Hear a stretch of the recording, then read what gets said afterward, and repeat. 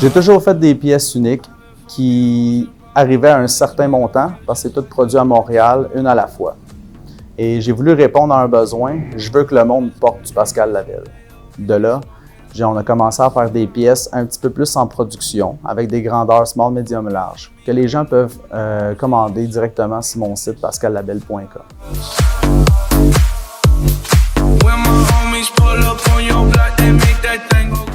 Commençons par mes rêves. Mon premier rêve était d'en vivre, de vivre de mon métier, qui est déjà un défi en soi quand tu rentres designer de mode. J'ai commencé à avoir des commandes une à la fois. J'ai commencé à me monter un petit atelier, des tables, des machines. J'ai eu la chance d'avoir mon premier atelier à loyer, en ville.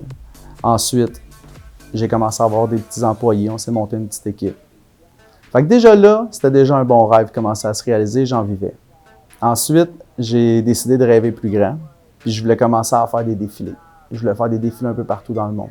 Fait qu'on a commencé à faire des défilés à Toronto, à New York. On s'est promené, puis j'ai vécu des expériences de vie incroyables, des doses d'amour incompréhensibles à la fin de ces défilés-là. Et ça m'a amené à une autre étape, où est-ce que là, à partir de là, je me suis fait approcher par certaines célébrités. Fait que ça a commencé avec des rappers, des joueurs de la NBA, des joueurs de la NHL. Puis tout ça a fait boule de neige.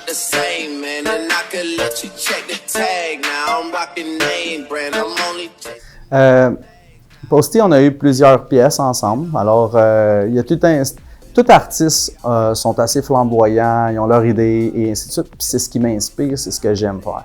Alors, le premier manteau que j'avais fait à Post Malone, c'était, il m'avait approché, il voulait un manteau en castor rasé, ce que je fais d'ailleurs.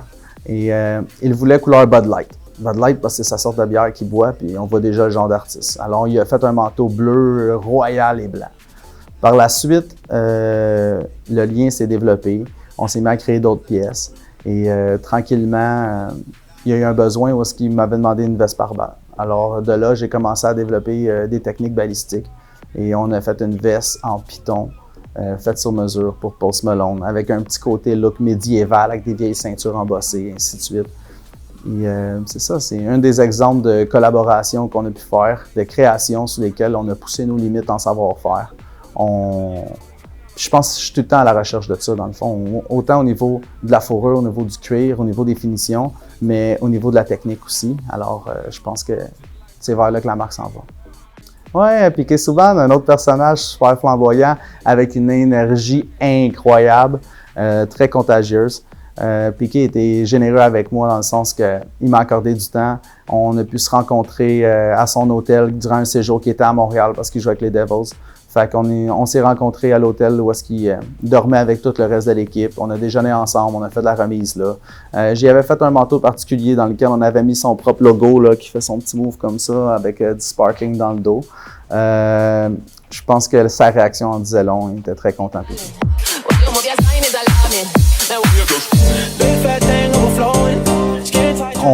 À travers le COVID, je pense qu'il va y avoir une adaptation dans le milieu de la mode mondiale. Et c'est non négligeable. C'est quelque chose sur laquelle j'ai pas attendu que le COVID arrive.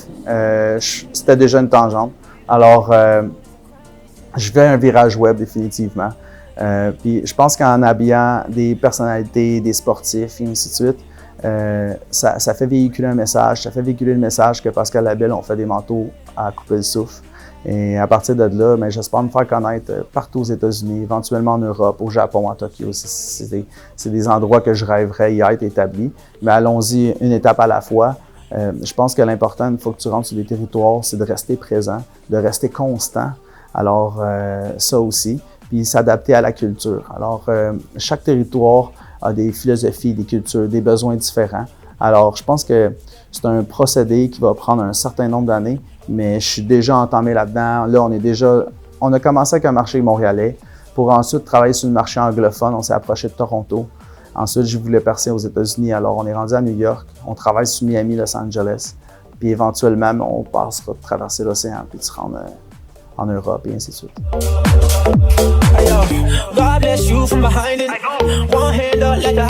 de consommer de façon intelligente.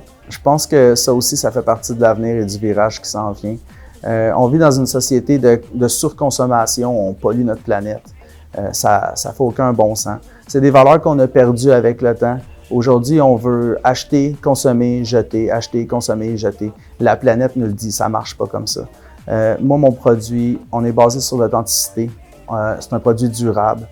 Alors oui, on a peut-être un certain prix, mais notre produit, il a une longue vie. Alors, je considère qu'aujourd'hui, les gens, surtout la nouvelle génération, sont très sensibles à ça, sont très sensibles au système écologique.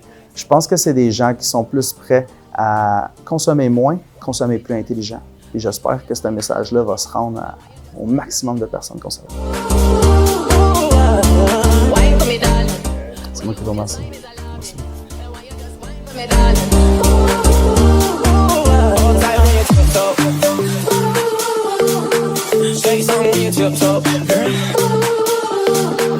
No breaks when you push that back. Left, right, do it just like that. All time.